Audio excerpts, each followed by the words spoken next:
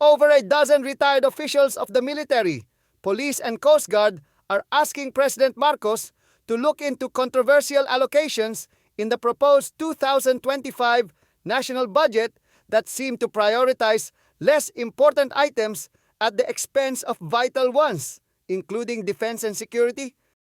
In an open letter, they said the Armed Forces of the Philippines, AFP, Modernization Program's 15 billion peso reduction from its planned 50 billion peso budget for next year is among their concerns.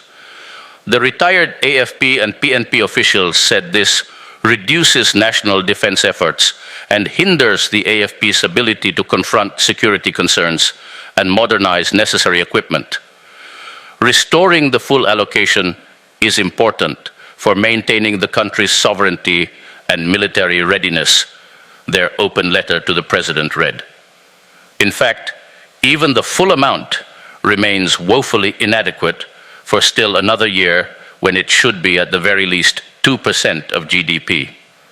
We, the retired and concerned members of the Armed Forces of the Philippines, the Philippine National Police, PNP, uniformed personnel, UP Vanguard, civil society, and civic organizations and concerned citizens of the Republic, are writing to you today to convey our serious concerns regarding the questionable deviations of the approved General Appropriations Bill 2025 from the National Expenditure Program that Your Excellency submitted to Congress. They said, these changes are the remarkable upgrades and new items which are unnecessary and which favor less important needs at the expense of the most basic needs of the Filipino people, including the welfare and security of our country.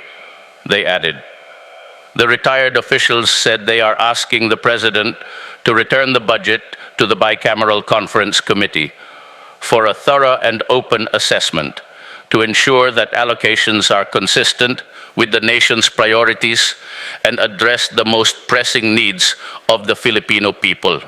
Furthermore, we urge Your Excellency to use your veto power to delete extraneous clauses and support the return of monies to essential sectors that were unfairly disregarded throughout the financial process, they said.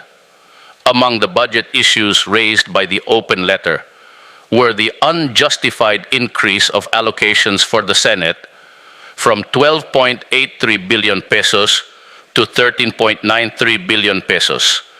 The House of Representatives budget that grew from 16.345 billion pesos to 33.67 billion pesos, and the Department of Public Works and Highways, DPWH, budget that was proposed at 288.6 billion pesos but grew to 1.113 trillion pesos. When a supermajority of representatives are allegedly contractors, the obvious conflict of interest heightens during an election year every 3 years. The retired AFP, PNP, and Philippine Coast Guard, PCG officials also questioned the insertion of the controversial ayuda para sa Kapos ang Kita program, saying it was unclear where 26 billion pesos was added for ACAP.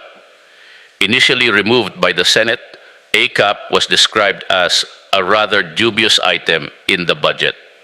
Besides, the targeting criteria for this social safety net is ambiguous and devoid of transparency.